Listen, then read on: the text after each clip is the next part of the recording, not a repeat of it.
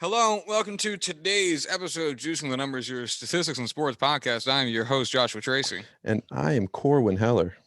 And we are wearing matching hats today, completely unplanned.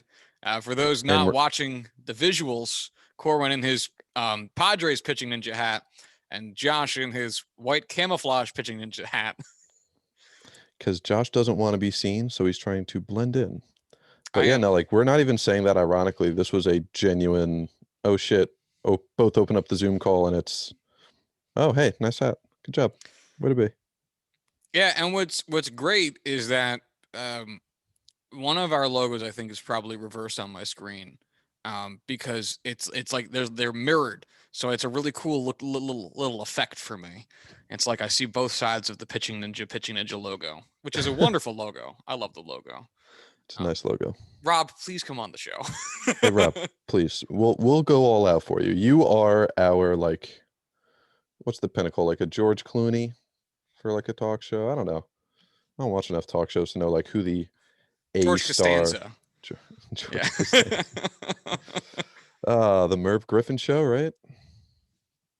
Oh yeah, I guess he builds in his apartment. Yeah. Well, Kramer did that, but yeah. But George is on it. He comes on the show.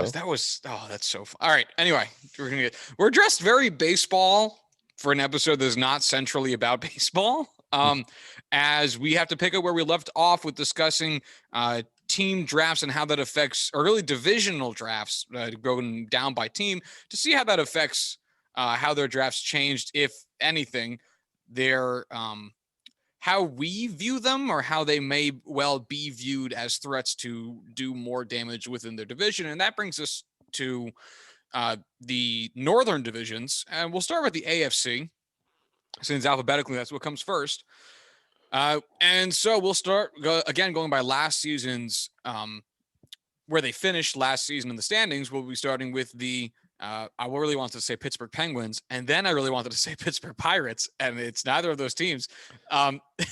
The Pittsburgh Steelers. Let's talk about some Steelers. Man, I was kind of hoping we were going to save them, either have them go first or save them to last. So we're just going to get into it first, right off the bat. Hold on, let me give the names. You go for it. All right, so they drafted running back Najee Harris, tight end Pat Freiermuth. Freiermuth. There's too many vowels in there. They should cut him. Center Kendrick Green, offensive tackle Dan Moore, linebacker Buddy Johnson, defensive end Isaiah Loudermilk, wonderful name. Outside linebacker Quincy Roche, cornerback Trey Norwood, and punter Presley Harvin III. Corin, this is your team. Tell me about it. Yes, it is. This is the Pittsburgh Steelers, and I think they're the pinnacle example of why we ended up, which we talked about last episode, not doing a solely first round focused episode and waiting to do all of the teams with their full classes, because if you were purely going to go off day one with the Steelers drafting Najee Harris over any of the offensive linemen, you would have thought, wow, these guys are going to hate this pick. It's, ridiculous, where they've been talking shit about, the likelihood of them going running back first, a position that is not nearly as valuable as, an offensive tackle, both cost-wise, longevity-wise, and draft capital-wise. But then you take a step back, look at the draft as a whole, look at what the Steelers were able to do and the positions they were able to take and when, and you see kind of how the draft inevitably fell. And I'm warming up to this. I know it was going to happen at some point. It always does. You look through and you rationalize it, and you're not just going off of headlines or gut reactions or draft grades, 30 minutes after they get drafted. And you say, hey, you listen to what general manager Kevin Colbert has to say. And his whole theory was, look, we're not going to buy into the whole premise of you can't take a running back early because it's not valuable. The goal of any draft is, at the end of the day, take the most talented players you can in areas that can help you. And, we see what Najee Harris can do, and it's so just game changing. So, you know, edge creating, just adding that extra gear, that extra element to your offense compared to an offensive tackle. And we're okay paying that premium to get a player like that. And you look at the draft and where this draft has a lot of depth and where it's really shallow. And you look at running back where it's the shallowest position in this draft. You have Harris, you have ETN, and you have Javonte Williams, who's the only three guys with even a second round grade. Okay, you go after shallow positions because you're not going to be able to get them in later rounds in places where you could in past years. And you could find those, Alvin Kamaros, Kareem Hunts, late round guys. And then you look at tight ends, a two tight end class essentially. There's a couple of guys with decent prospectus and decent status coming in, but it was a Kyle Pitts way, way up high. And then Pat Freiermuth was a guy who, from the start was right there with Kyle Pitts. And once we saw how, he played this season, Pitts just took that enormous lead. But Freiermuth's a great red zone pass catcher, did not have a single drop in the red zone in his career. He's capable of blocking. He's capable of, pushing downfield. He can do anything the Steelers really ask of him, not necessarily in the same dynamic way Kyle Pitts does, not trying to compare those guys at the very least. And you see, all right, you can get Kendrick Green in the third round, who's a guy who's very capable of being a day one starter, who fits their run game, who fits their pass block style, and who does whatever he needs to do, just a little smaller. And that's a guy who can come in and start for a team that's obviously trying to contend. We can see that as their game plan, from the first round, second round, third round. We're hitting all of these major holes that we need to fix to contend with Ben now rather than rebuilding. And, Buddy Johnson fills a major need for us. Dan Moore, taken just before him in the fourth round, is going to be a guy who could come in and contend not this year, but next year. Quincy Roche is a steal in the sixth round, and Presley Harvin is a guy who can come in and is going to be our starting punter this year and is like a 235-pound punter, which is just fucking awesome. He could just lay some hate down. In He's that regard, he's a little guy. I'm sorry? Little guy. He's a little guy. Yeah. Trey Norwood is probably going to be a practice squad guy for us, going to move to safety. And the really big question mark here, the one that everyone, passed the Freiermuth and Harris picks early on because of position, Loudermilk's really the only guy that really threw a lot of beat writers and scouts for a loop because a lot of people had him as a, late day 3, 7th round, you know, um, undrafted free agent kind of player, priority free agent kind of guy. But Pittsburgh and, their defensive coordinators or defensive coaches kind of were like, hey, this guy looks like Cam Hayward when he was a sophomore. He's just a couple years behind Cam Hayward, just needs to keep bulking up, just needs to refine the technique. We think we could get a Cam Hayward kind of player, at a discount in the 7th round, or I'm sorry, in the 5th round compared to late day 1, which is where Cam was taken. He just needs that time to grow and develop. And hey, if they have Cam Hayward in-house, they saw a lot of Loudermilk at Wisconsin. If they think they can be similar type players, they know what makes Cam Hayward Cam Hayward.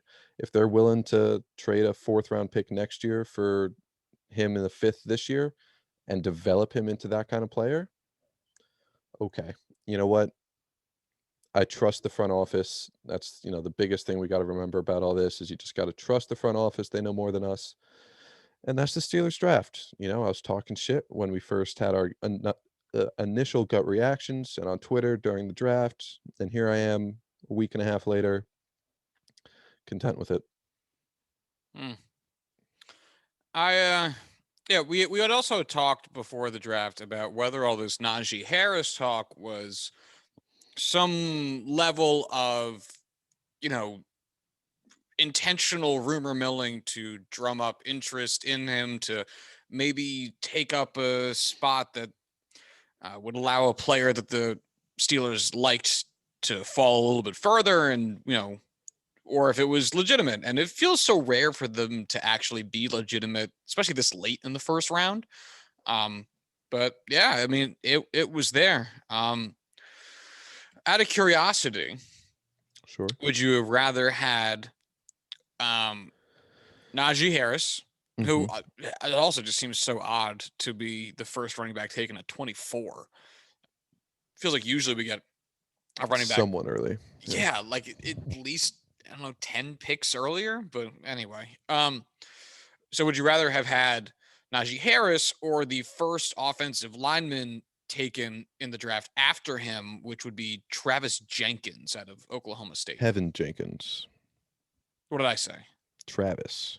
Oh, yeah, I don't know why I said that. Tevin Jenkins. So yeah, I mean, Tevin Jenkins is the guy that I would have wanted to take in the first round. If, we were at that pick, if I had a choice of who to take, he would have been my guy. Looking back, would I rather have so basically the top 3 running backs were all taken before the Steelers' second pick. So there wouldn't have been the option to take a Javonte Williams, who I would have liked in the second round, or Travis Etienne, who was taken by Jacksonville with I think it was the first pick in the second round, unless they did trade back. Um, First pick in the second round was Jacksonville, Tyson Campbell. Tyson Campbell, so they had a second pick in the second round for Travis Etienne, or did they take him in the No, first? Travis Etienne was taken in the first. He was taken the Because pick the after the second Steelers, pick 25. of the Jaguars, not in the second round. Okay, I got myself confused there, and I shouldn't have, but it's okay. That's okay, buddy. We do that. Basically, it would have led to us probably punting running back, probably taking I don't even know, probably would have taken like a Michael Carter kind of guy or a Trey Sermon kind of guy a little bit later on, maybe in the third round. At the end of the day, hindsight being 2020, without that certainty of how it would have fallen after that versus the certainty of what we got and the comfort with what we got, what you have versus what you can't predict. I think I'd be more content with just staying put rather than risking it and kind of spinning that wheel again to see how it turns out. But at that pick, at the time, in the moment, I wanted Tevin Jenkins. I mean, that is fair. And, like you said, it's not like the Steelers did not address the offensive line. They ended up taking a center and an offensive tackle with picks, their third and fourth picks. And by taking a tight end with their second pick, I mean, a tight He's end a guy is, that can block. yeah, I mean, even a bad blocking tight end is still technically a guy who should be blocking for you X percentage of the time. Whether they're effective at it or not is a different story, but I mean, that goes with everyone who's asked to block anything.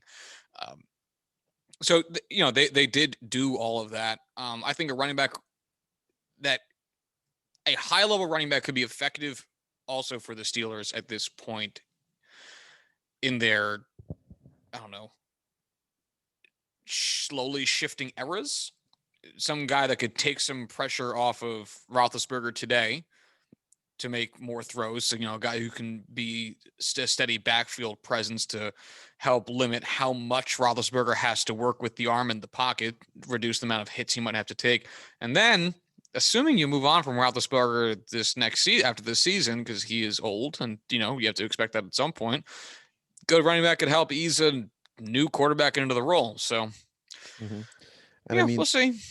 if the Steelers did go offensive line early, didn't have those guys available, did end up just deciding, hey, we'll punt the position in the draft, sign a guy outside of the draft.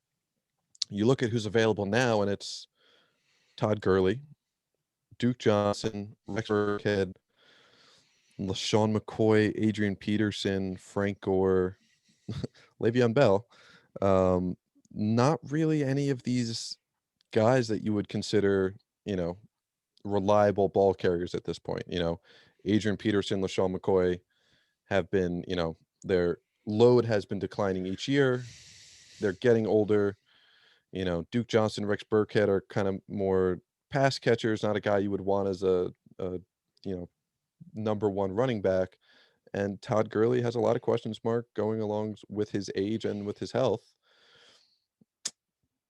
I'll just stick with being content with where we are and just happy that it turned out in a good enough fashion in the way it did.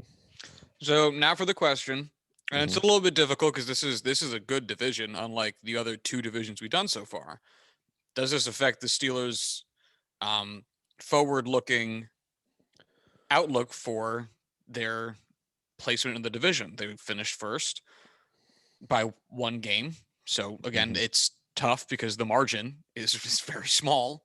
Right. Um, And it's tough because the three teams at the top of this division are going to be so crazy close. It's really going to be it's going to come down to these interdivision games, like how these series split. These are going to be just insanely valuable when it comes to playoff seeding time and the wild card for, you know, who gets in and who doesn't, because I think it's going to be very hard for all three of those teams to make the playoffs.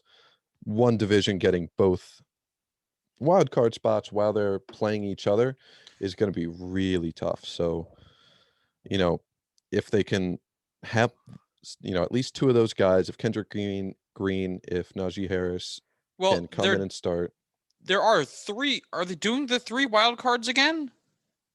are they? I honestly haven't checked and haven't looked into it. But I kind of just regardless, assumed they would, but I also didn't look into that at all. it's honestly, I haven't thought about that since the playoffs. Let's check it out. NFL playoff. Um, The only what thing did I we even have here is call it? from March of 2020. Oh, wait, hold on. I got something from January 2021. NFL expanded playoffs explain. Oh, no, this is just explaining the playoffs that happened already. This isn't any new developments. Yeah, I don't know. Everything I see is about last season's playoffs. Yeah, I don't see anything about the actual playoff. It's all Huh. projections and odds and things like that. Hmm. We'll have to actually dig into that when we're not quote unquote live. Yeah. Okay. Well, then let's. That's I what I'm saying. So I want to ask, like, are we going to operate under the assumption that they're going to keep last year's shit the way that the way that MLB has kept some remnants of the COVID season's rules, with extra innings being doubleheaders being 7 innings and extra innings having the runner on second. Those were layover rules that they, from last year's COVID season they kept in. I'm wondering because change, I think, is always harder, whether it's a reversion or it's progress. mhm. And since it's already here, I'd imagine it might actually be tougher to get everyone together to say, fuck this shit. Let's go back to the um, the 12 team playoff Uh, structure versus saying, all right, let's keep this 14 team shit. I have, yeah, 12 total. yeah, I don't know. Math. Here, you know what? Let's keep going with the division, and we'll loop Yeah, back around to how these drafts shake it out because it might be a little bit easier if we have all of them under our belt. that So, works all for me. right, cool. Let's move it on then to the second place team of the division, the Baltimore Ravens.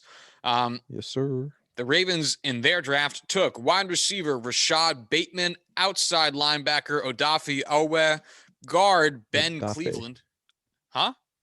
Odafe. It's a great name. Cornerback Brandon Stevens, wide receiver Tylan Wallace, cornerback Sean Wade, outside linebacker Dalen Hayes, and tight end Ben Mason. Well, the Ravens fans have said, give our man Lamar Jackson weapons, give Lamar Jackson weapons, and the Ravens took a first round wide receiver. They got him some more protection at in the offensive line with guard Ben Cleveland. They took another wide receiver and another tight end or a tight end late in the game. So it looks like that's what they're working on. What do you think? Honestly, this is one of my least favorite drafts in the entire Ooh, class, the entire ooh, NFL this year, solely because I'm a Steelers fan and they fucking killed it. It ah, I got you. Yeah. They had us in the Uh, first half. Not gonna lie. yeah, their biggest need was, hey, they needed some pass catchers to help ease the progression of Lamar Jackson, need guys to catch the ball and can be, both with size and with a large catch radius and the ability to push downfield to keep what makes Lamar Jackson going, to keep, advancing that, keep getting him better in that regard. And Rashad Bateman was, my number 4 wide receiver, and being able to get him at 27 is fantastic value for the Ravens. And then 4 picks later, taking, my top remaining edge rusher and Odafe Owe, Penn State guy who has just absolutely freakish athleticism numbers. His big drawback this year going into the draft, and the reason he likely wasn't, a top 15 pick, top, 12 pick, was he did not record a single sack last season playing for Penn State. Granted, that was a shortened season. And I'll tell you, I watched every game. I saw him play all season long. He was still making an impact every game, every quarter, every series. He was still able to show up. He was able to show that athleticism, get pressure down. It just didn't result in any actual recorded sacks. So still love that. I love the Ben Cleveland value at 94. The guy is an absolute monster and can be a mauler on that interior line that needed some help. Brandon Stevens, I don't know too much about. It fits a big need for them, a place where they need some depth, and he's a guy that could come in and play serious minutes. I like the upside of Tylan Wallace, uber productive in college. Same with actually Sean Wade. He was very, very productive in college, or at least his freshman year. He showed some incredible highlight reels, tapered off a lot, and was really picked on. And I shouldn't say he had great production levels, but he was targeted a lot. He played a lot of snaps. And if they can figure out the technique, if they can figure out the potential and match that and play him up, he's going to be their number 4 corner, doesn't have a ton of pressure on him, and has the ability to play way above his draft grade or his draft pick if he can work that out. Ben Mason, Josh, my old college roommate, Dan, correct? I do indeed. This is actually his cousin. Oh, Ben that's Mason, cool. fullback out of Michigan. Yeah, Newport, Connecticut. You know what? Where He whites lived are next to made. he next to oh God, I can't He even talk. next to. He grew up next to John Boy when John Boy lived in Connecticut. John Boy was talking about it on the podcast right after the draft, That's or funny. right before the draft. So small world, crazy, a lot of smells. But yeah, that's Dalen Hayes, guy who's going to fit in a need for them as A lot of well. smells. It's a fuck, what's it from? It's from The Office. Ah, okay. But yeah, Ravens draft fucking killed it. Really hate how well they did. Took a lot of players I liked, and a lot of guys with really great value picks. We'll see how it goes. It's gonna suck because they are. I think at this point they are like 1A to Cleveland's 1B as far as likelihood to win the division rankings within the division. Solely because I think Cleveland has the more complete team. I think Cleveland has better depth at every position. I just think Lamar Jackson has the ability to be a much better quarterback than Baker Mayfield.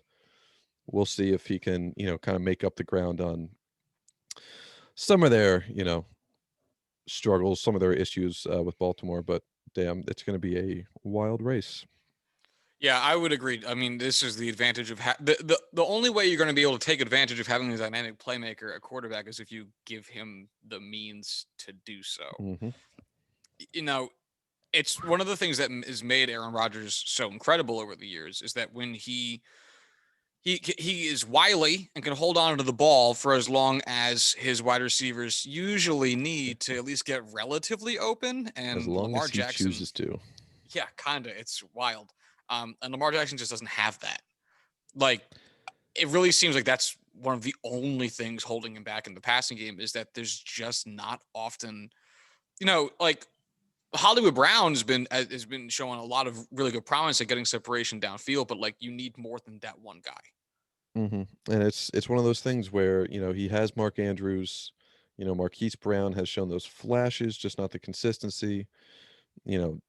J.K. Dobbins is coming off a very good rookie year. There's a lot of playmakers here that can really make a difference. It's how can we capitalize? And I think what the Ravens are doing are getting key pieces and just continuing to kind of just up the talent pool with their team. and they're getting better. And I don't I really shouldn't doubt Lamar Jackson after what he did coming out of Louisville and the way he was able to take advantage of the play action passing game in Baltimore, his MVP year. We kind of saw him take a big step back last year, and I don't want to doubt him. I want to fully believe that he can kind of come back next year with these added weapons and just take over and get right back to that playing level. And hey, guys like Rashad Bateman are the kind of pass catchers you need to make that change. And it's gonna be a good year for them. Believe it or not, that's not much I of could feel the a pain while you said wild that. guess. Yeah, it's like I hate it. I don't want it to happen, but I believe it's gonna happen. All right, then let's get into the Browns next. The Brownies. And they took cornerback Greg Newsome the second, linebacker Jeremiah Owusu Koramoah, wide receiver. Great pronunciation. Thanks, Excellent. buddy. It would also be helpful if I looked at these names ahead of time, but that's no fun. Wide receiver Anthony Schwartz, offensive tackle James Hudson, defensive tackle Tommy Togaia. Nope. Togai. Togiai? I I'm sorry, think one of the Tommy. eyes is silent. I think it's like oh, it doesn't matter. Hey, Tommy, come on the show and tell us how to pronounce your name. We'd love to have you. They also took linebacker Tony Fields II, safety Richard LeCount III, and running back Demetric. Jesus, Josh. Demetric Felton. Really, this just feels like them tacking on depth in places where, I mean, every group has a weak link somewhere, but I mean, like you said earlier, the Browns are a pretty well put together team, and this just feels like the most BPA draft I've seen. Yeah, it's one of those things where, Greg Newsome was a guy I thought could get taken right around where they picked, and I think he's going to be a guy that is going to go to a very deep defensive backfield and be a playmaker for them. Um, Jeremiah Wusu is a guy that I thought would have been taken easily with a top 15 pick, right there with Micah Parsons in that area. Uh, and everyone was kind of just like, we don't know what the hell's going on with his drop and why he's falling all the way to 52. And it did not come out until a couple days after the draft that he had a heart condition that kind of scared some teams about his long-term health and his ability to even play. But supposedly the word is that he was cleared to play for last season. He was cleared to perform, this off season with all these drills, and he's cleared to play for next season. And it shouldn't be an issue now. It might be something to watch for later on in his career, but at the end of the day, they're getting a day one Pro Bowl level, starter at pick 52 that is going to be probably the best player out of their entire class in the, mid second round. Anthony Schwartz is a guy who can run very, very, very, very fast. Like track speed kind of player, ran a 4.27 40 at his pro Jesus. day. So yeah, lightning fast. I honestly haven't watched a whole ton of him. I didn't really kind of view him as, a major player to watch. I didn't watch a ton of Auburn last year, so I know he has speed. I really don't know much about his route running, his change of direction, like his Oh, he's pro day like numbers look literally a good. runner. Okay. Right, like he's a track athlete kind of runner. So look, if that's the kind of guy they want to match with Odell Beckham and Jarvis Landry to add some depth to their really, shallow, pretty shallow wide receiving core, help out Baker Mayfield, take the top off the defense. It could absolutely work out for them. And then, James Hudson was a guy with some pretty immense potential and some flashes at the Senior Bowl that is going to add some depth on an already great offensive line. And again, like the rest of these are just attacking positions where they need some depth. And they already had a complete team going into the draft. It's something we saw last year. We saw them in free agency and everyone they were able to land. They don't need difference makers. They need role players, and they just happen to get two difference makers with the possibility for a third. So pretty great draft for the Browns. Another one I really just hate to see because I really want them to be bad. But at the end of the day, they're my 1B for the AFC North. The Steelers kind of a solid 2, just with the question mark of Ben's arm and his ability to kind of carry a team. Right. Even if that probably won't be the game plan going into the season, we'll still see. But good draft for the Browns. All right, so let's go to the Bengals, and then we'll just kind of look over the AFC North again after that.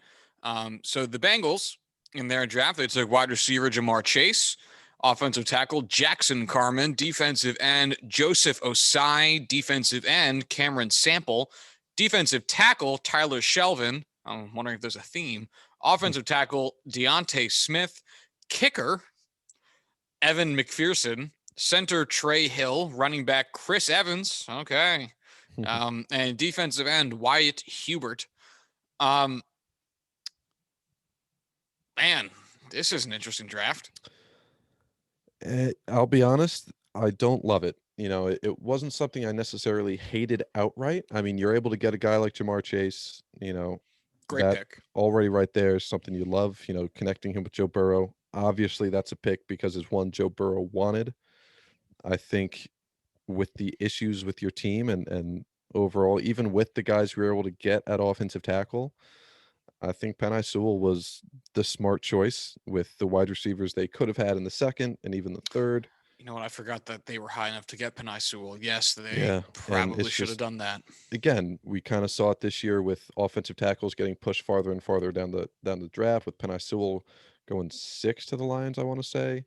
Rashawn Slater going, what was that, to the Chargers, like Penei 12? Sewell went 7th to Detroit. And what was the other name you just said? Rashawn Slater to the Chargers. I should have the He Chargers went right here. 13th to the Chargers. So Okay, you're so I was off off each by week one by of those one. picks each Yeah. time. Awesome. You know, even Christian Darrisaw was like early 20s, right before the Steelers pick. Um, they took Jackson Carman in the second as their second round pick, kind of moved back in that round, and I'm not a huge fan of his as a prospect. I think there were better options even available, but supposedly they're a fan of his. Whatever, they know a lot more about him than I will, and that's who their preference was. I do really like the Joseph Asai pick. I think he's a guy who can come in and be a early starter, or a guy who can get those early snaps, even if it is a limited role. And I think he has a lot of potential as just a high motor, just never going to give up, always going to keep pressure on, not let plays get away from him, kind of edge rusher. But the rest of this class, I just am not sold on. I don't think Cameron Sample is, a difference maker. I don't think any of these other guys in the fourth round are anyone who's going to come in and really make a huge difference. They did go offensive line twice in this class, which is good. You want to see that. You want to see them try and protect Joe Burrow. And both of these guys are going to be able to probably start year one because their offensive line is better, but not in a good spot for a franchise changing player like Joe Burrow. Not the direction I would have taken it. I don't want to shit too much because they did get players that they view as starters, as day one guys. And again, NFL front offices, scouting departments, they'll know better. You can't sit here and talk shit on an entire team and say, you fucking suck. You guys don't know anything, when they're spending hours upon hours with all data that we are not privy to, with information they're not privy to. But they are the clear number 4 for the AFC North in both terms of standings and draft classes. They're a few years out. There's no doubt about that. It's interesting to see, with all that it feels as though we know today, to still see a team that has yet to put a competent offense on the field devote so much of the early goings of their draft to the defense. And not create a difference-making defense. Right. Because it's not like they were a few picks away from having a lockdown, like early Patriots run, stop everything defense. It's a bad defense. Like, don't get me wrong. It's not a good by yards allowed. last season, the Bengals allowed the 7th most yards in the NFL, 6,227 yards total. Shit. And they had a really high scoring percent, which is, to say allowing the other team to score. 43.3% of drives for them ended in a score. That's 11th so fucking worst. many. Yeah, so like in both fronts, like they are bad. Like they were bad. They were not good. Totally understand the need to address that. However, it feels like what they're doing is like what the Jets did for Sam Darnold's career, which is like, hey, we got a quarterback. Fuck it. Let's go build a defense now. And obviously the Jamar Chase pick he's still going to be a good wide receiver. I get that. He has the chance to be the best wide receiver if he really is as good as, he can be. And that's one of the things that the Jets never did for Sam Darnold. They never got him that wide receiver that could really be a difference maker. Like, and I totally respect that. At the same time, I think maybe a little bit of devotion towards the offensive line, because I totally forgot they were supposed to take Penei Sewell. That was a big conversation amongst Bengals fans for the entirety of the lead up to the draft. You're going to have a harder time finding those locked in, amazing offensive linemen than you are finding good to serviceable to good wide receivers, which really at the end of the day gets you pretty far. I'm not going to say it wins you everything, but I mean, it gets you pretty far. Having a bad offensive line stops any ability for you to be any good. If Joe Burrow doesn't have the ability to hold onto the ball for more than a second and a half, he's fucked. It just doesn't matter who you got. Like, he's fucked. And that's Sam Darnold's whole career with the Jets, which is why it's a little bit frustrating to see the Bengals do this, even though I don't really give a shit about their stupid fucking franchise. Agree. I don't necessarily want to sit here and try and tell you, oh man, I want the Bengals to do super well. I want them to compete soon, like blah, blah, blah, blah, blah. It's like, no, I want to see Joe Burrow do well because it's a great storyline. He's a great player, great guy. You want to see him do well in the NFL. If the Bengals fucking suck for the next 2 decades, the rest of my life even, I don't give a shit. That's hilarious. But I will say there is something on the fact that he was a guy who brought out the best of both of them when they were playing together at LSU. Obviously, when you're a franchise quarterback, the guy you want to have for the next 20 years is pushing to have a guy that he's comfortable with, a guy he has a chemistry with already, trying to come back from a shortened rookie season because of injury, trying to get Jamar Chase up to speed early on, trying to make a difference early. He's the guy that's getting hit. And if he is more comfortable having Chase out there and is okay with, giving that up along the offensive line, there's something to be said about listening to him, kind of understanding, having that relationship where you guys can be open about that kind of stuff with each other and, work to improve the team that way. I get that. There's something also to be said about, hey, of course he's going to want to have his friend on his team that they get along with, it's not just on the field. We kind of need to make those kind of business decisions as a management of a team, not as a player on the team. So I honestly think I would have been okay with either player. Personally, the way I would build a team that we talk about so often would be to get that left tackle to protect him. Even, that being said, they have a guy like Jonah Williams there. They have the ability to add other pieces. They did go after other pieces they did like. I'm okay with it. I'm not going to shit on them too hard for just the one pick there, especially when they still got a guy with this much potential. All right, so let's take a broader view now and look at the AFC North as a picture. I think we can effectively say that the Bengals draft, while the team improves, like, there's it's like inflation in a way, like adjusting for inflation. Like, if you don't improve a little bit, then you basically get worse. Is really how, because everyone around you is improving a little bit in the draft, which means that if you don't improve, unless you are the Tampa Bay Buccaneers and you just won the Super Bowl and your team's really, really good and there's nothing for you to really do. And even then in the draft, they can replace depth players to like get better. Right. So unless if you don't improve a little bit, you've gotten worse by the fact that you did not improve. Same way. Whereas like if your wage doesn't move in a given year, but inflation was 1%, well, you're 1% poor. It's not that you're making less, I don't know, less actual dollars. It's not like you went from making 40K to 39K, but you still kind of did. So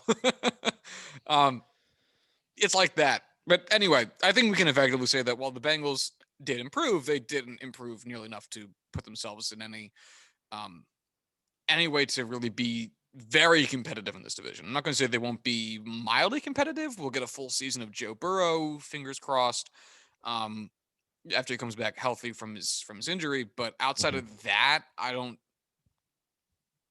they have too many problems. So Yeah, and I think it's something where even though, they had the worst class, in my opinion, out of, the entire AFC North, that really just speaks to how well the rest of the AFC North drafted, and also the fact that there was no way they were going to compete in this division this year. and that's a Like, big part of it. there is no chance they could have had a good enough draft, in my eyes, where they could have had that kind of difference.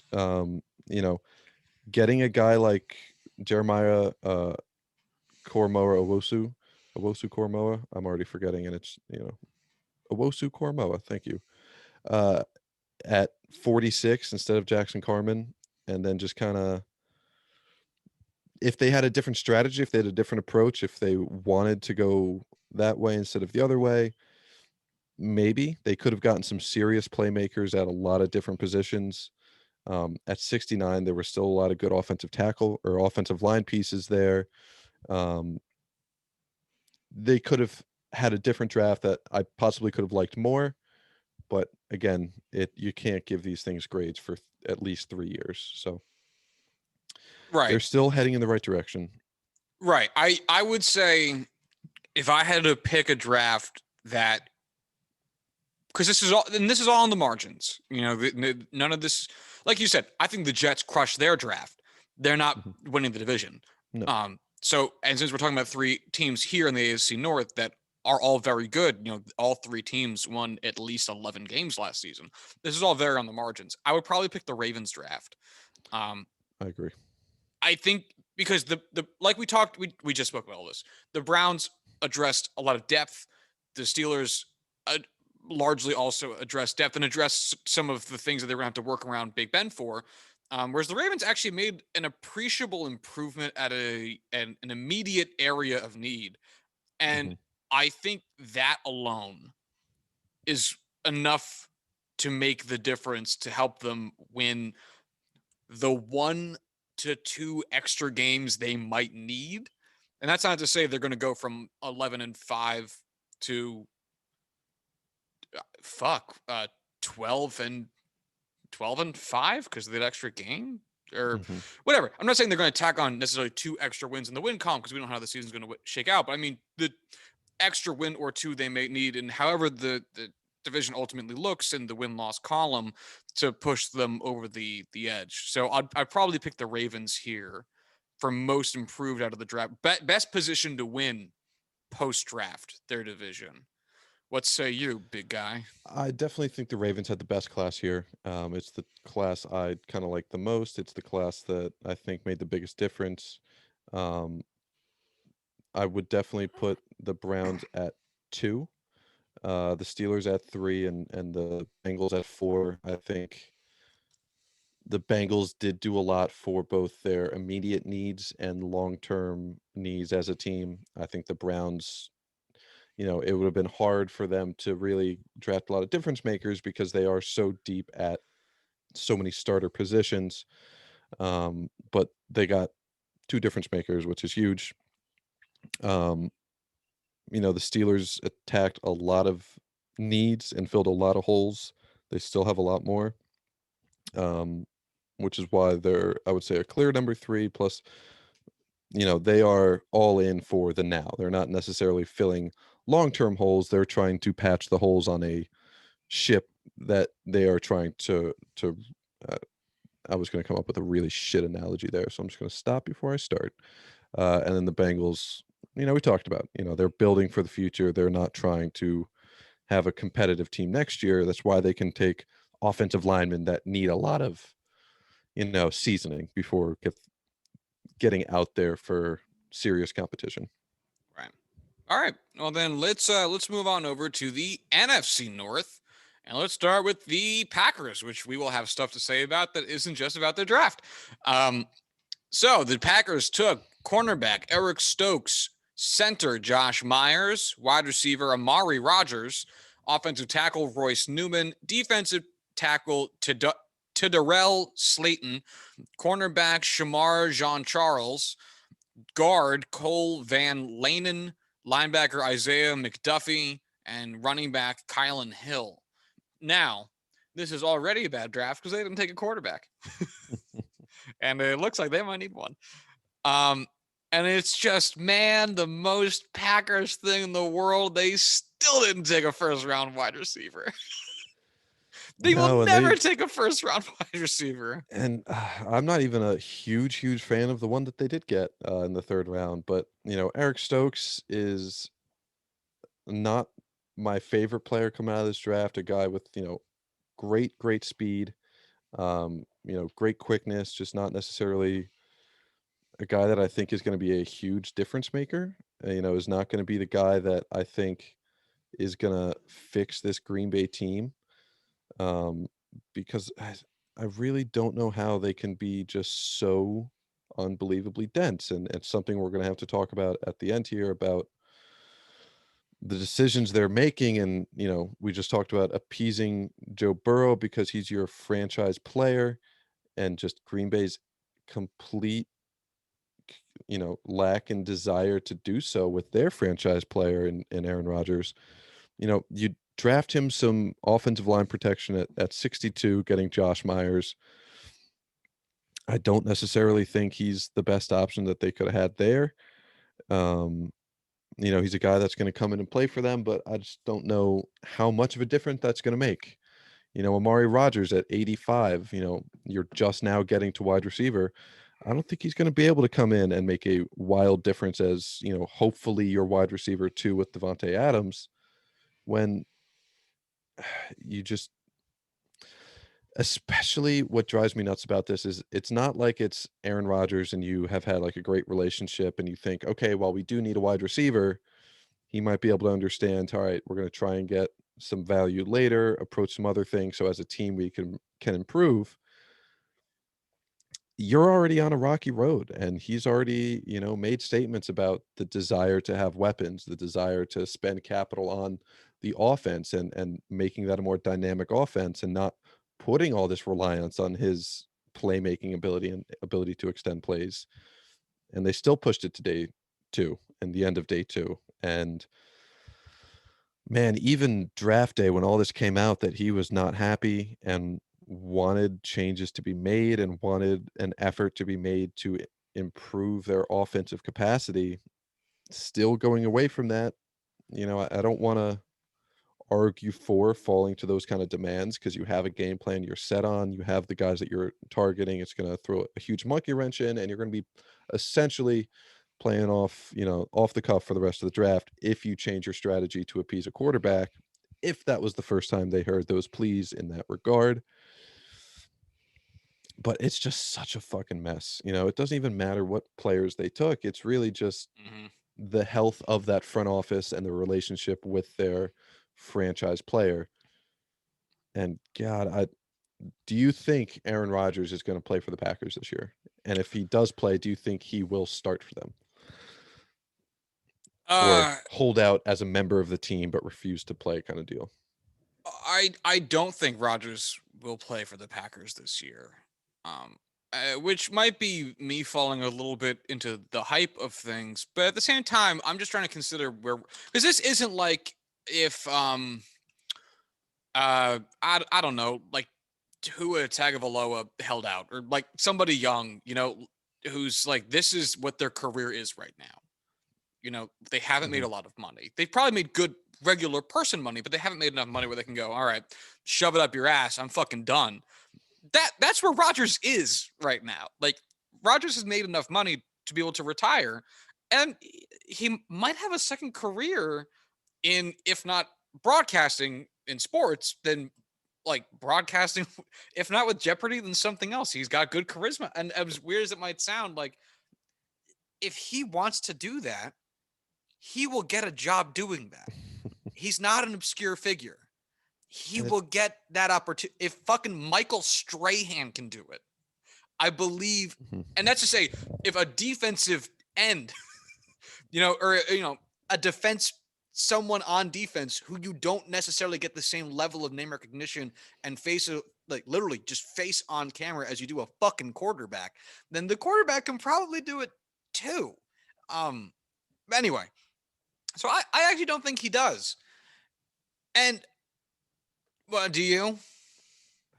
I really don't. I think, Whether and he plays football at all, I have no idea. But I don't know. I I think don't he'll think he play plays for the football Packers. because I think there's no doubt that if he is in the NFL and he's there to play, I think he's going to play.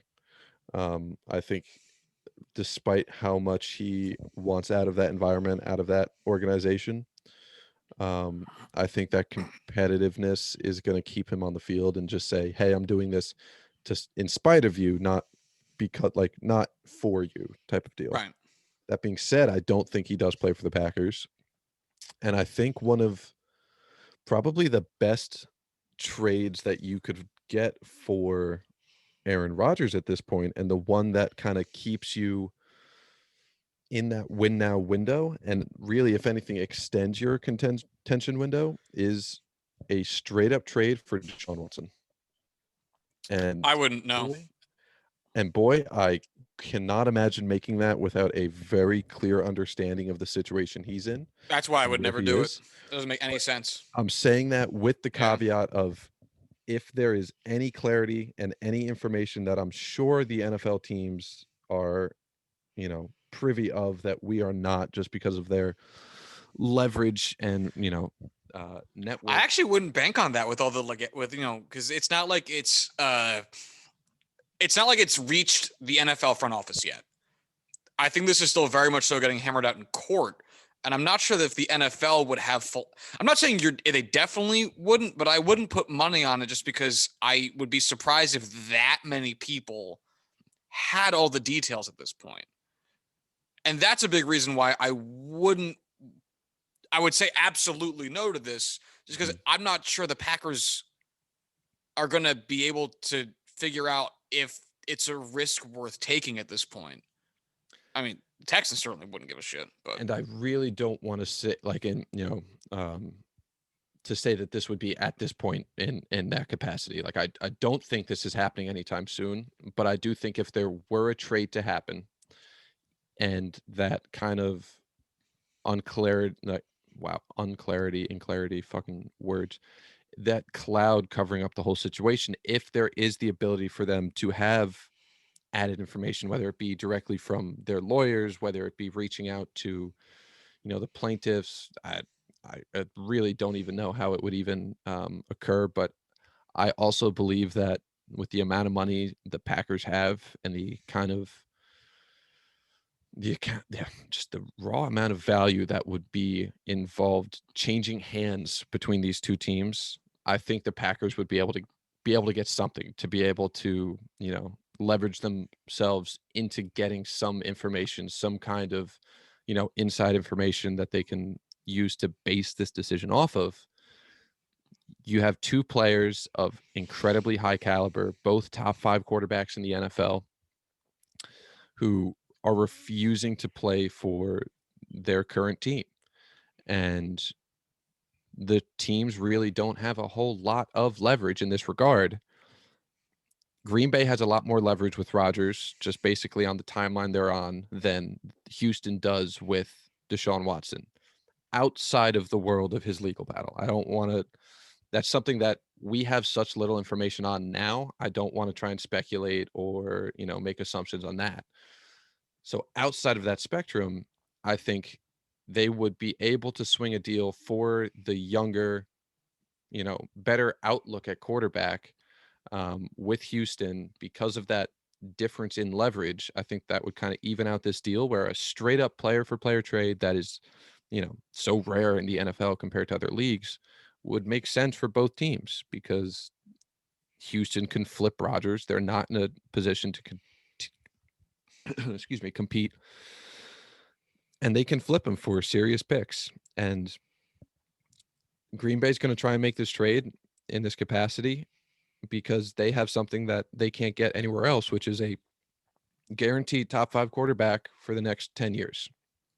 And no matter how many picks teams can offer for Rodgers, whatever package they can offer, unless it's the Seahawks with Russell Wilson, no other team can even approach that kind of player and that kind of certainty. So it'd be interesting for sure. Now, really, they should trade him to Washington, and Washington should surrender every single asset they have of value that is on offense or in the draft. If they believe in, Taylor Love. Heineke? No, who's Love? Jordan Love, who they took last year in the first. I've already forgotten who this is. Yeah, they took Jordan Love, I want to say out of like Utah State or Nevada or some, small school out that way. In the first round, and that was kind of what started the next level of this Aaron Rodgers fucking hates the Packers kind of drama was instead of drafting him a first round wide receiver last year, you draft his fucking replacement. Oh, for some reason I thought you were talking about the Washington teams. Oh, sorry. I like yeah. I was like, Love? Yeah, right now I remember this. They took Bryce Love. Yeah, so like just to get back to the Packers and what I think their mission statement should be. I think defense can certainly win you championships. Offense can win you championships. The only thing that can't win you championships is special teams. But you have to know how the sausage is made. Like you have to know where your money comes from.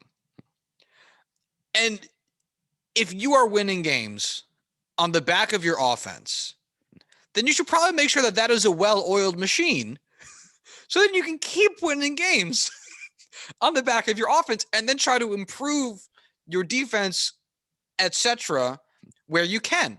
If the Packers were in a good position, they had O-linemen, they had wide receivers, maybe they didn't have a running back, but who cares, and they had Rodgers, then all right, hey, you're in a point where maybe you don't need a first-round offensive piece, and you can start using that in the draft. They don't have that. And your quarterback, who is the only reason you haven't been a relevant franchise for nearly a decade, says, I would like a man to throw the ball to, whose name is not Devontae Adams because he is going to die soon, then maybe you should do that. Because not only is it good for that guy who, I know he doesn't literally sign your checks, but he kind of basically signs your checks. If he wants it, you should do it. And two, he's right. Like he's right. If that's how you win games, if the only reason you are winning games is that the football man throws the football to the other football men, then you need to make sure that that system, that transaction is viable. If there aren't enough good football men to be on the receiving end, you're not winning the football games because your defense fucking sucks. Mm-hmm. And again, that is to be improved elsewhere. I'm not saying forget about it entirely and spend every ounce of capital you have on offense, because that is obviously not going to work out for you in the long run. But if your offense starts to falter and you are an offense first team, you need to address that to ensure that you can at least stay competitive on that front before you try to piece. You're just half-assing both sides of the ball, mm-hmm. and you're going to be shocked. It's the Jets. Oh my gosh, the Jets all over again. And you're going to be shocked when you find out, hey, both sides just kind of suck. Being ranked 16th in both things is not going to win you many games. Let's say you are Brian Gutekunst. I am the GM of Washington, not Bruce Allen anymore. I don't know who is at this point, but we send you a trade offer for Aaron Rodgers, and we'll give you Chase Young. Oof. Would you take that? You don't get a quarterback, so you're going to have to stick with, Love. Are you willing to trade an Aaron Rodgers kind of player with his kind of value for a guy like Chase Young? Well, I this is once again our Bryce Harper conversation. Is he coming back?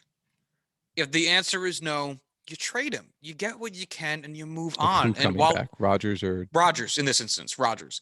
If you communicate with Rodgers or his agent or whoever you talk to, and you get the sense he really, really doesn't want to play, like somehow even more than he's letting on in the media, which is already pretty strong, then yeah, like Chase Young's a great player.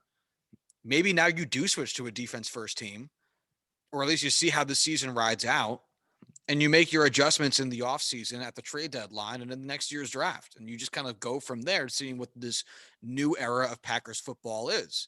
If you feel like you can get Rodgers to come back, maybe you don't. I have no idea. I probably, if I know Rodgers is coming back, then no. Then I don't make the trade because I have Rodgers. But right.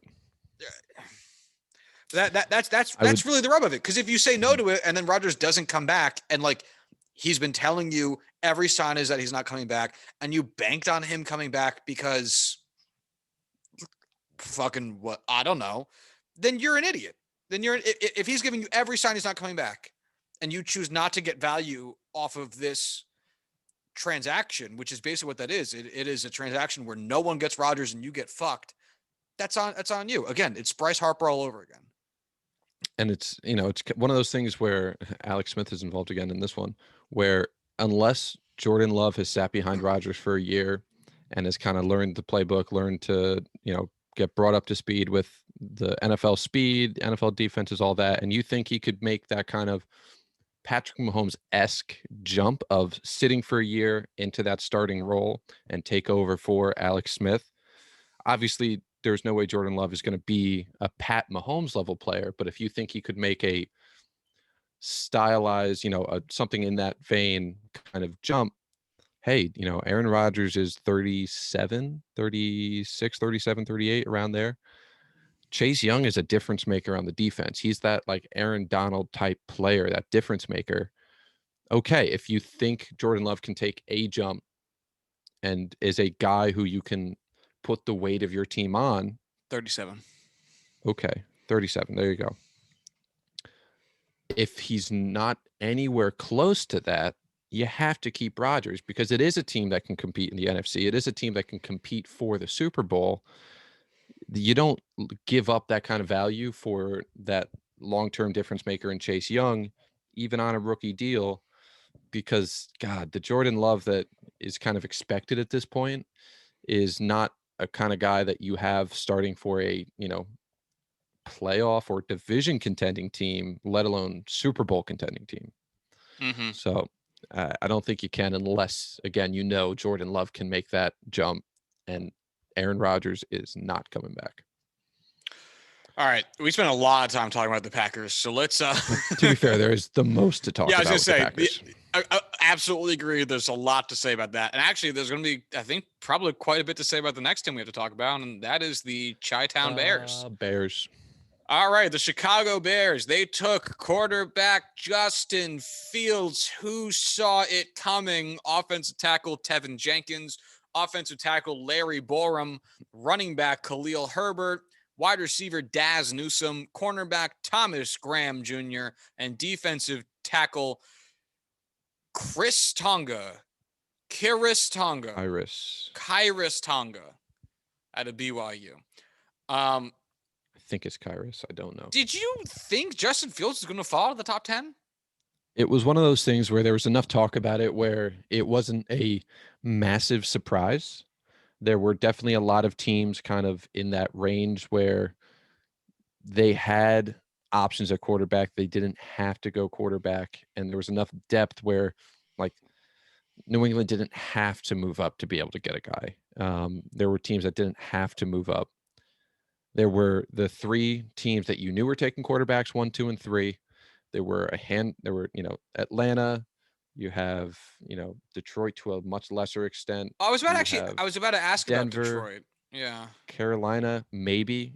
The chance of getting Fields, even though you just traded for Sam Darnold, it's one of those things where it's like, all right, you're losing out on that pick. You probably don't make that trade if you have any inclination on taking a guy like Fields if he has the chance to fall.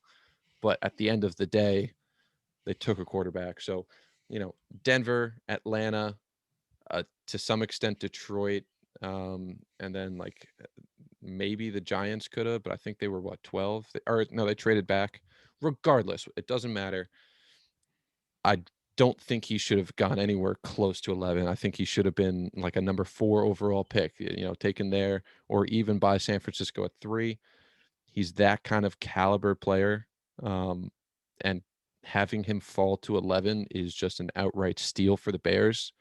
This feels like it almost makes up for the Mitchell Trubisky trade, which it can't, it won't, passing on Deshaun Watson, passing on Pat Mahomes, passing on any one of those guys when have the ability to have such great drafts, that nice stretch of years right around, when he was drafted, having the best defense in the NFL, having the ability to compete for a Super Bowl. If you just had anyone capable of just not fucking up as much as Mr. Trubisky did. So it can't make up for that unless they go on a crazy run here and Fields turns out to be just a mega superstar. But it's such an excellent pick. In all likelihood, probably the best value of any pick in the draft. We're going to look at this in 5 years and just laugh at, how lucky they were to have that fall to them, or at least fall to someone where you can move up to that and take that player there. And it's just such a fantastic pick for them, because it's all of their worries, all of their concerns, everything you didn't think they were going to get anywhere close to touching, and it's just right there in their lap. And the fact that they follow it up with Tevin Jenkins, the number 4 offensive tackle in a very good offensive tackle class, a guy I wanted at 24 in the first round, and they're able to hold out until 39. Tremendous run blocking, just vicious meanness, just the attitude changer you want on your offensive line. I think he's already their best offensive lineman, and hasn't stepped foot on the field yet. Those 2 picks are this entire draft. I don't know much about the rest of these guys. I don't need to know much. It doesn't matter who they took. You get those 2 guys in your drafts, and this is a difference-making, franchise-changing draft. If this is your, who would he favorably compare to? Like your Cam Newton and getting like I don't remember who they took around there, but it doesn't really matter. So I'm just going to give up on that idiom, that allegory. So it's a fantastic draft for them because it's changing their entire outlook for the next 5, 8, 10 years. So this is fantastic for them.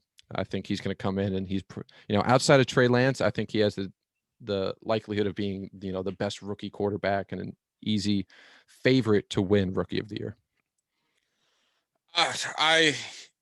It is wild to see such a good draft out of Chicago. I mean, end of thought. Like, they did a great job. And depending on what happens with this Rodgers business, they might be in a position to take the division, which is nutty, insane. Because there was a lot of question marks coming into this draft, coming into free agency, and there were not a lot of people hopeful about this Bears team. No, and they were right to be so worried. Obviously, offensive weapons is probably still going to be something of an issue, and it'll be interesting to see how this offensive line actually gels. But I mean, they did what I would imagine most Bears fans would want them to do. They got a great quarterback prospect in Justin Fields, took 2 offensive linemen right after that. Like their first 5 picks are all on the offensive side of the ball, following up those 2 offensive line with a running back and a wide receiver, and then addressing some defensive depth pieces there at the end. And again, like that seems like exactly what you'd want them to do. And they take a quarterback, they get him protection, they get him a couple of weapons. It'll be interesting to see how all that works out. But if at the end of the day your season you're less competitive than you would have liked to have been because of wide receiver depth, and that's the only thing, or that's the biggest thing you have to complain about, that's a pretty fucking good season. So we'll definitely see, but wow, I I mean, this is nice. I think I kind of want to take a minute just to go and look over their depth chart and see how close they are to having a contending team here. I mean, all right, you have Justin Fields at quarterback. You have Great. David Montgomery and Tariq Cohen with Damian Williams now, who was the guy in Kansas City before they took Clyde Edwards-Helaire. All three of those guys at running back, all three of Great them can back there. carry the ball. All three of them can catch the ball. Great depth there. They're going to be a running team. You have Jimmy Graham and Cole Kmet at tight end. Whoa, Jimmy Graham's alive? I honestly thought he was no longer on the Bears, but I guess he's still under contract. Um, Okay. yeah, I mean, it has the rookies on there, so I assume this is fully up to date. Their offensive line is now Tevin Jenkins, James Daniels, Cody Whitehair, Jermaine Ifedi, and Elijah Wilkerson. I mean, Cody Whitehair is a good player. I like Cody Whitehair. James Daniels has the potential to be a good player. I don't think he's kind of shown it yet. Tevin Jenkins is a guy I love. Jermaine Ifedi is a guy. Elijah Wilkerson. They're all guys, Jermaine outside Ifedi of Cody has been Whitehair. fine everywhere he's been outside of the Jets. He Right. was He's a a guy. little bit worse on the Seahawks, but by and large, he's been a decent player. He's He not like some guys that the Bengals had last year that were so bad they were actively making it harder on the offense. right. They'll do their job. They're not going to be great at it. They're not going to be good at it always, but they're going to fill that role. They'll do good enough to get by. By the way, Jimmy Graham is getting paid $10 million this year. This is his last The year fucking on this stupidest contract. Uh, That is so fucking stupid. I agree. Holy And shit. the dead cap, if they end up cutting him, is $3 million, but I don't even know when that would happen. Couldn't tell you. And then at wide receiver, they have Allen Robinson back on the franchise tag. They have Darnell Mooney, Demir Bird, Anthony Miller still, Riley Ridley, Javon Wims. They have their 6th-round pick, and they signed Marquise Goodwin. So you have Allen Robinson there. You have Darnell Mooney there. Those are a great 1-2. And you have a lot of depth pieces to compete for your 3, 4, 5. You're going to be fine there. For a guy like Justin Fields, you have weapons that you can rely on. A lot of them are young players, but at the end of the day, they're guys that can still play. And it's not going to be, a rookie Joe Burrow with like a Tyler Boyd as your best weapon, or, Sam Darnold when he went to the Jets, Josh Rosen with the Cardinals. Like, he's going to have plenty of weapons to get by. And God, their fucking defense still looks good. I don't want to go through the whole defense, but Akeem Hicks, Khalil Mack, Roquan Smith, Danny Trevathan, Robert Quinn is still walking and getting paid a lot more money than he should. Desmond Trufant, they signed Artie Burns, get fucked. And Eddie Jackson is still there. So, they have their 2nd-round pick at cornerback, Jalen Johnson. They have guys. They have Mario Edwards, Bilal Nichols, Eddie Goldman. They have players. It's not the same defense that they had, 5 years ago or, 4 years ago when it was the best in the NFL. I honestly do not know how to tell time anymore, thanks COVID. But you're right. If Rodgers is out, this is a team that will likely be winning the division if they can't hold up to that. Yeah, they're only, but I mean, the Vikings, I guess, could be something. And the Bears are an unknown I have quantity. so It's little just faith in Kirk Cousins now that's the problem. unless Kellen Mond is the guy out of nowhere, a Yeah. Dak Prescott kind of deal. No, no. Yeah, I also would like to say I think there is something to be said about Justin Fields being I believe the first black quarterback in Chicago Bears history. I believe. Didn't they have what's his face from Oh no, I think the they had someone in the Buccaneers? 80s. But they had some guy with the Buccaneers. I forget what his name was. He was drafted early, 1st round. Kind of flamed out. Fuck. This is gonna drive me nuts. The only black quarterback to start more than one game for the Bears is Cordell Stewart, who had 7 starts in 2003. Cordell Stewart. That's a name I've not heard in a long time. Henry Burris Josh Freeman was the got a last-minute start in 2002. Jason Campbell got 1 start in relief of Jay Cutler in 2012, and then that's it. Nope, played for Minnesota, not Vince Chicago. Evans apparently also made a start for them. So there's not a very long list I of don't know who names that here, is. which also doesn't, that makes some sense. The history of black quarterbacks in the NFL being allowed to stay quarterbacks and start for NFL teams is pretty short list. I mean, they really started in the 80s, which is insane. But anyway, there is something I think to be said about that. I'm not sure what I would have to say about it, or at least a person in my position, but I think it is worth mentioning, and that's super cool. Hell yeah.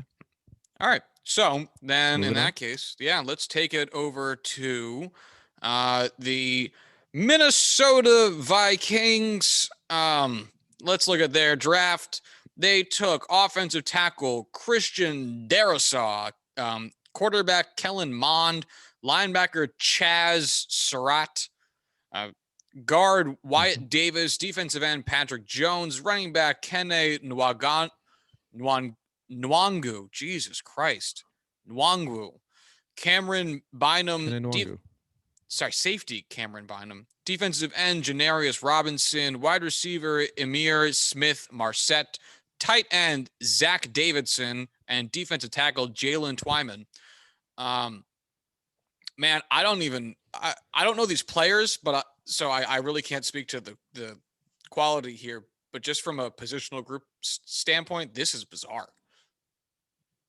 Yeah, this was all over the place, and I'll be honest, I kind of really like this draft. I mean, they were able to land Christian Darrisaw, at 23 in the first round, which is just great value for him. Instant day one starter, instant plug and play, absolutely no worries about him. And then they traded back. They already had a lot of picks in, the third, fourth round. They traded back, just accumulated picks in that area, and they ended up with Kellen Mond, Chaz Surratt, Wyatt Davis, and Patrick Jones in the third round, who I all think are, going to be guys who are going to be putting a lot of minutes on their rookie years. Chaz Surratt's a really good linebacker for them who's going to, play a lot of minutes in a defense that loves its linebackers. I think he fits really well. I love Wyatt Davis at 86, plug and play guy at center, one of the best centers in all of college football the past couple of years at Ohio State. And Patrick Jones was one of my, dark horse guys who I just saw at the Senior Bowl and loved watching him play. Like, he was putting up some great reps. He's one of those guys who, with a little refinement, little technique control, little, this, that, little sugar spice and everything nice, it could be a really great player. And again, fits well in that defense. I think what you're seeing here is you don't know a lot of these guys, and a lot of these positions are, kind of weird and wacky, but they fit the system that they're going to. And it's a guy that, Mike Zimmer's a coach where he knows what works well for his defense, and he knows the kind of guys that he wants and where they would excel, and knows how to help them excel. And I think he did a good job highlighting those defensive players and finding key pieces along that offensive line, and some pass catching guys, later on in the draft where it'll work out.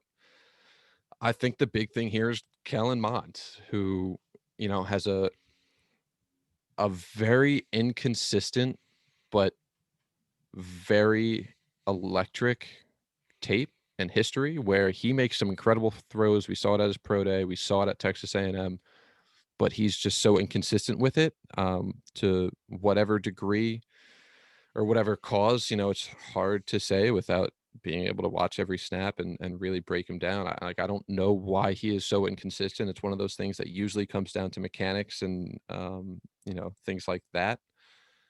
But he has a pretty damn high potential. And again, it's going to be one of those, Dak Prescott kind of players where he can use his legs. He has a cannon for an arm. He was, a little uneven up and down throughout his career. But when it comes down to it, and you put him in a good system that highlights what he does well, it can work. And I mean, you have serious pass catchers there now. You have, Justin Jefferson. You have Adam Thielen still. You have Dalvin Cook.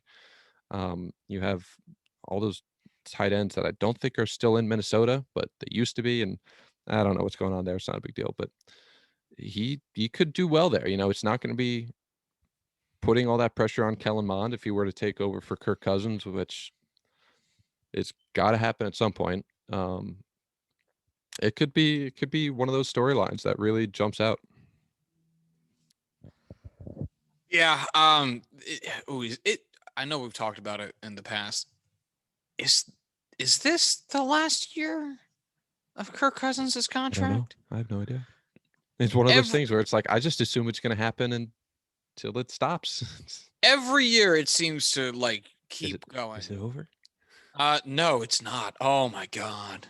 It's a lot, isn't it? Oh no, Oh I'm gonna my look it up god. too. It's $31 million this year. Yeah, And I then knew it next was year that. it's 45. That's the one I forgot. Yep. Oh my God, that's so fucking bad. That's Oh my so bad. That's god. Pat Mahomes money for Kirk Cousins. Like literally if they cut him, which I mean they obviously wouldn't cut him, but if they cut him, $76 million dead cap.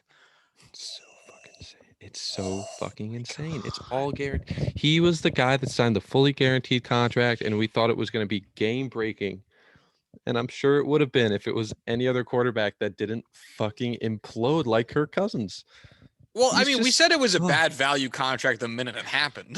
Like, I again, honestly don't remember. I know we loved the idea of getting into fully guaranteed contracts in the NFL. I don't remember how cold our feet were about it being Kirk Cousins that we were oh no, relying I on. remember it very distinctly because the bidding war was between the Jets and the Vikings, and I Oh my remember God, I distinctly. forgot.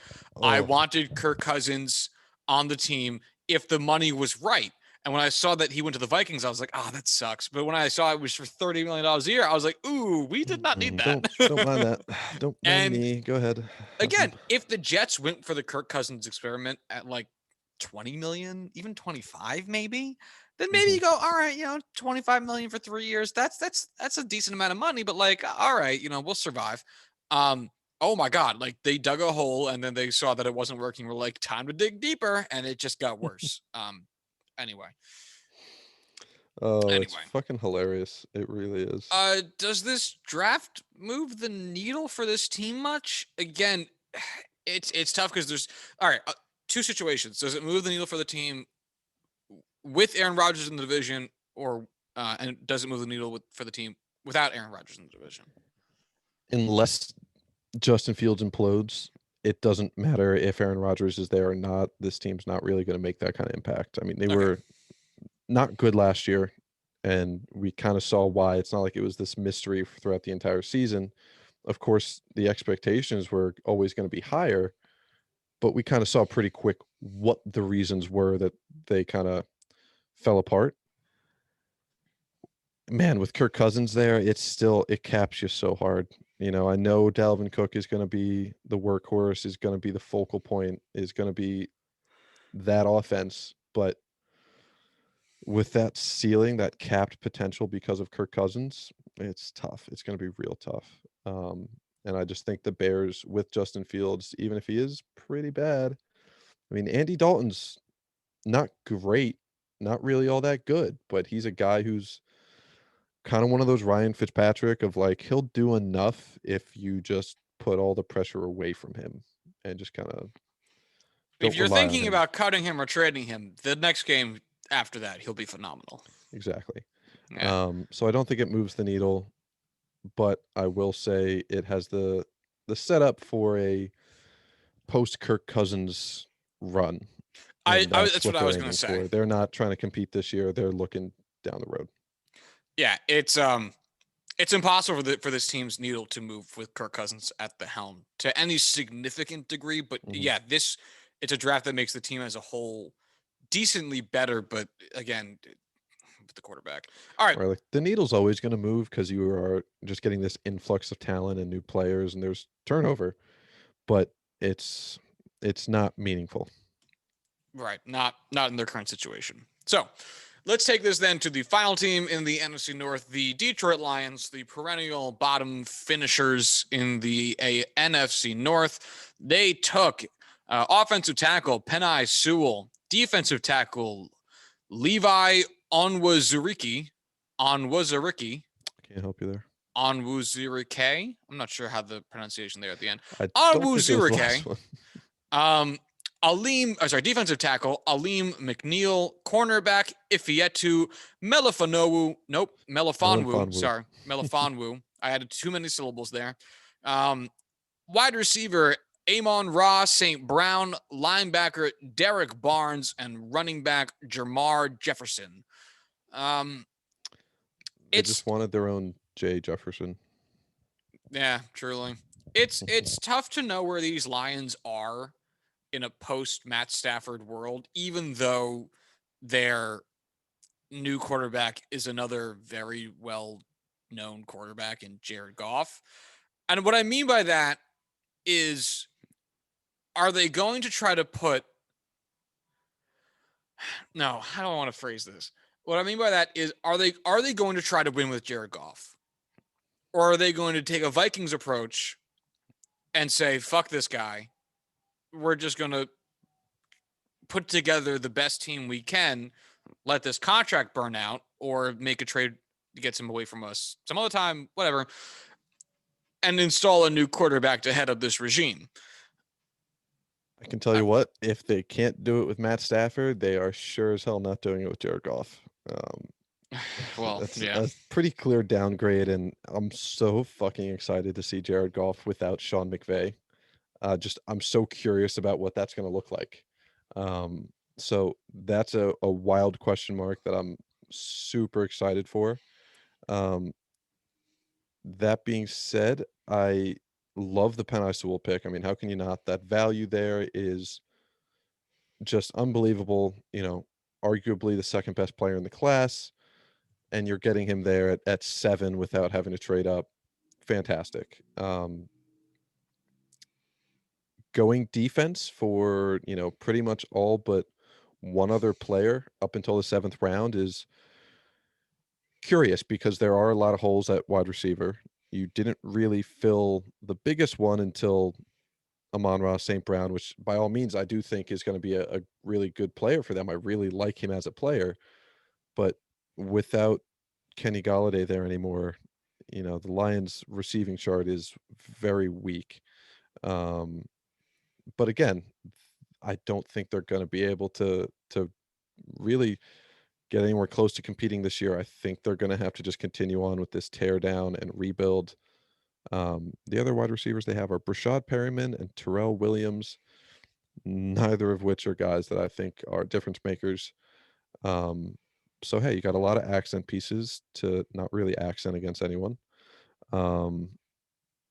So it's a fine draft. It's a serviceable draft. You hit it out of the park with Penei Sewell. You kind of just tread water, and Melon Fonwu could be a really great cornerback. O Wuzuriki, I think we'll settle on that, is going to be a really good player on that defensive line. I just don't think we're seeing the kind of impact players that are going to be difference makers for the rebuild. Throughout the rebuild, they can prove themselves. I just don't think they are changing the rebuild with the kind of talent they're bringing in. So I'm not super hopeful. It's not a fantastic draft, but it's fun. okay. But I mean, getting Amon-Ra, Julian Heru, Jay St. Brown is that's an out of the park pick as well. So let's take a broader point of view then on the NFC North as a whole. I'd say unlike Before the we move AFC on, North. Oh, yeah. Sorry, go I ahead. just say Amon-Ra, Julian Heru or Jay St. Brown is brothers to Packers wide receiver Equinemius Tristan Imhotep Jay St. Brown, if you were concerned. Just throwing that wild fact about that family and their names out there. That is a lot of information. Continue. Yeah. Wow. Okay. There's a third one at USC as well, so we'll get that in like 2 years. I can't wait, honestly. Their parents are doing a great job with these names. Anyway, I unlike with the AFC North, I think the NFC North does have a big move in the Bears. I know they still finished second, but they finished second in the division at 8-8. And I think if they can go 8-8 with Nick Foles and Mitch Trubisky,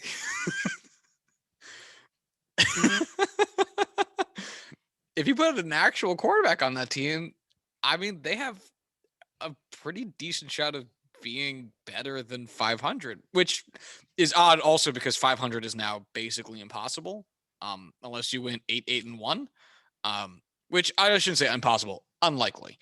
That is impossible. It's whether they finish second again or take the division is relatively irrelevant, because if they went 12 and again, I guess it's 12-5 or whatever. I hate this. And hate you know, it the Packers. I know. It's not what we're used to. One game, right? You know, assuming they finish one game behind the Packers go 13-4, and Bears go 12-5. Finishing second 12-5 is very different from finishing second 8-8.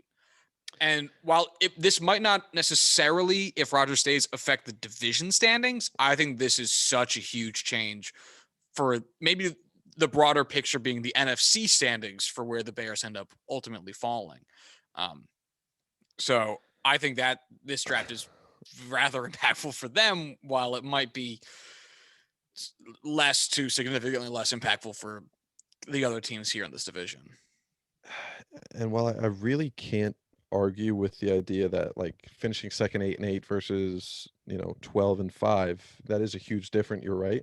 You're right. I don't think they'd sniff either one of those records. I really don't think this is a team that could get to 8 wins.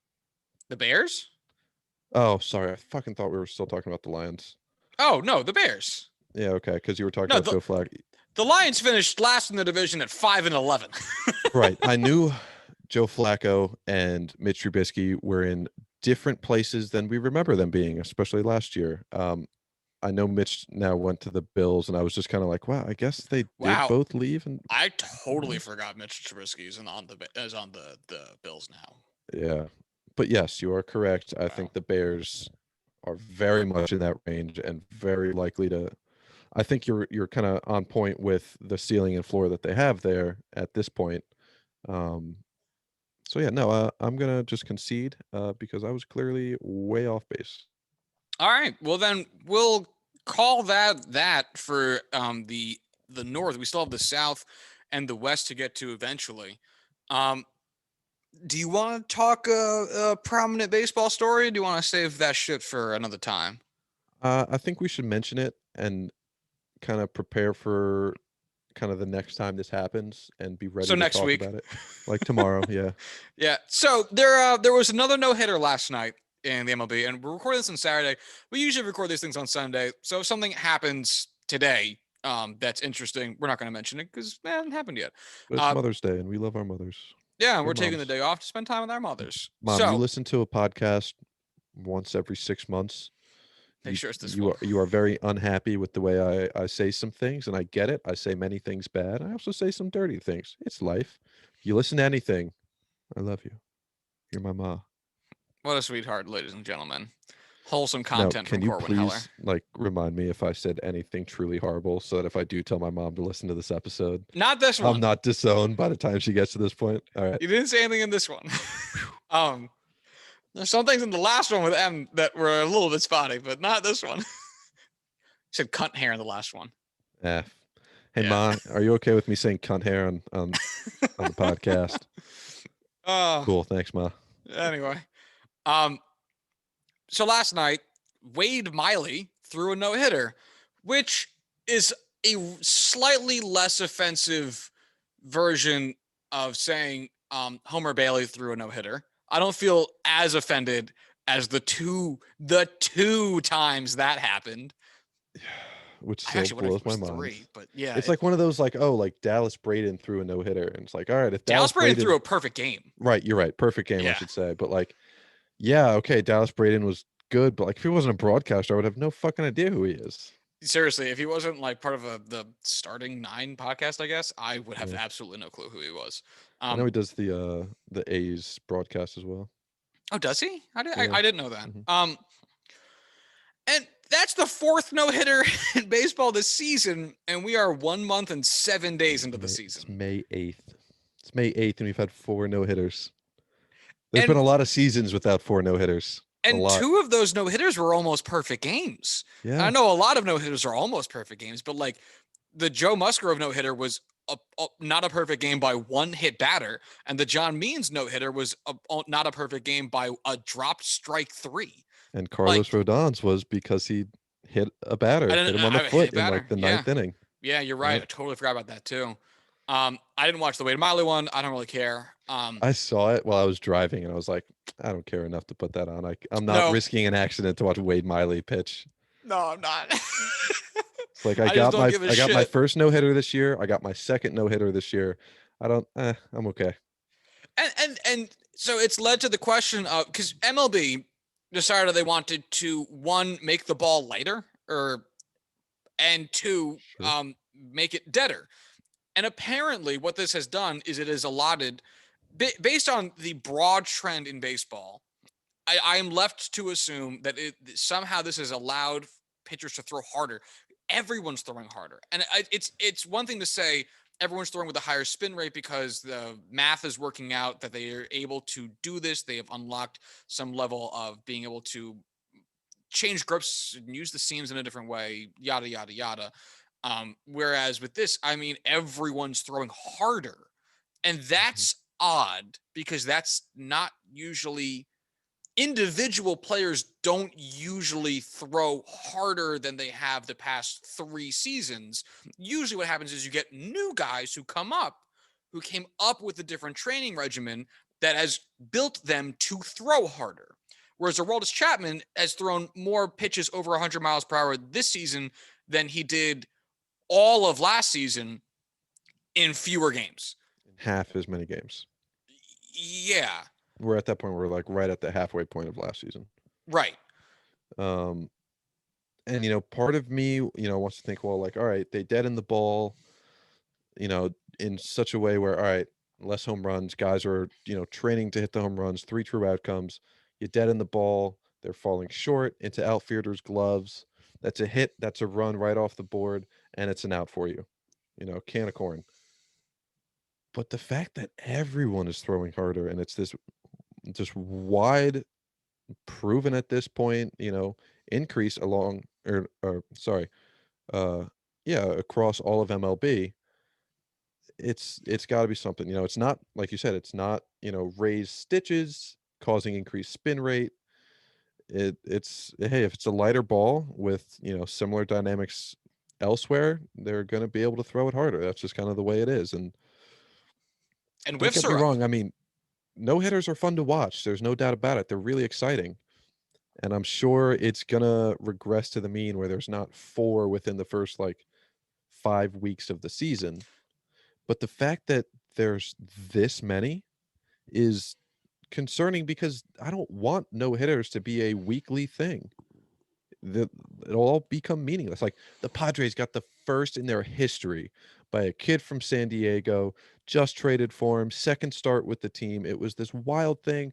I've never been more excited, watching a baseball game. It was so much fun, and it's practically meaningless because it's like, "Oh, it was just the balls that year."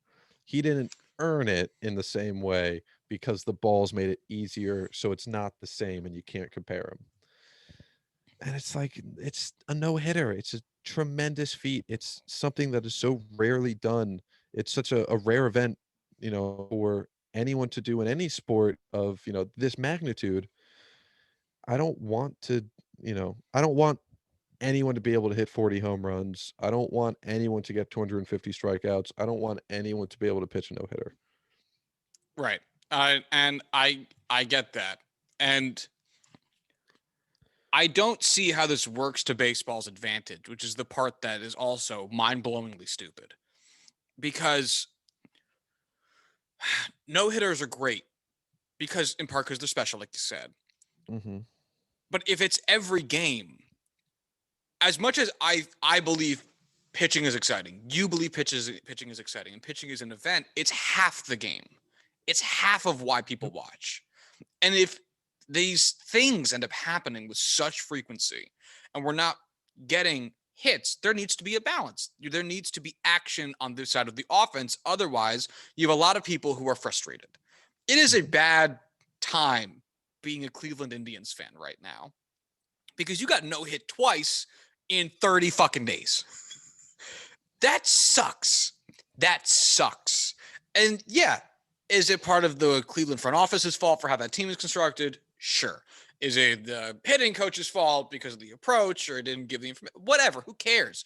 Point being, if you say, "Hey, fans, watch these Cleveland teams," and they watch this Cleveland team, and they go, "Oh fuck, this sucks. We're not These getting guys are hits," bad. Oof. and that's happening on certain extents to all of baseball at the moment But just because of think what about they how much decided to better do. Cleveland would be if they still had Francisco Lindor. He's so good. Yeah. Sorry, that's a tangent I should not have tracked into this. It's okay. It's okay. Uh, and I don't know what this does for you because there's already been conversation about, I mean, in just the past 3 years about making adjustments towards the pitching side of things to help even the playing field a bit because pitching has gotten so good that strikeouts are just through the roof. And you can blame some of that on people looking to remove the in and out swing from the game in favor of a more arced swing to try to get more lift on the ball, try to turn some line drives into home runs, what have Mhm. you.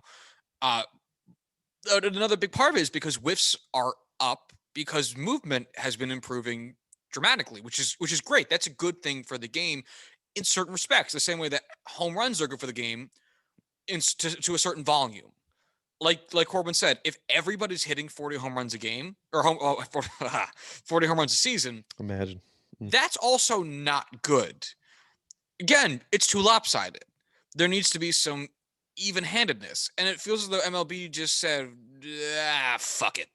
It feels as though they made an adjustment and had no backing for how that would work, and just Right. decided to do it because it was something to do. And you could almost see the reasoning where it's like, all right, hey, if guys are throwing a lot more no hitters, fans will want to watch more games so that, because, oh, like we could watch this game. They could throw a no hitter. You don't know. It could totally happen. Like we should watch. But all that does is, oh, do you want to watch this game? There could be a no hitter. It's like, nah, I'll catch one this weekend or I'll catch one later on. If It's you just, if you watch baseball every week, you had like a one, week 7 days, you have a 1 in 7 chance of catching a no hitter, basically. sure. I Uh, don't know exactly how that math works, and I won't even attempt to try, but I will trust it. I mean, you got 5 weeks and you got 4 no hitters. That's a little less than one per week, and weeks got 7 days. So 3 goes or 4 yeah, goes into 5 more than one. Yeah, yeah, you're correct.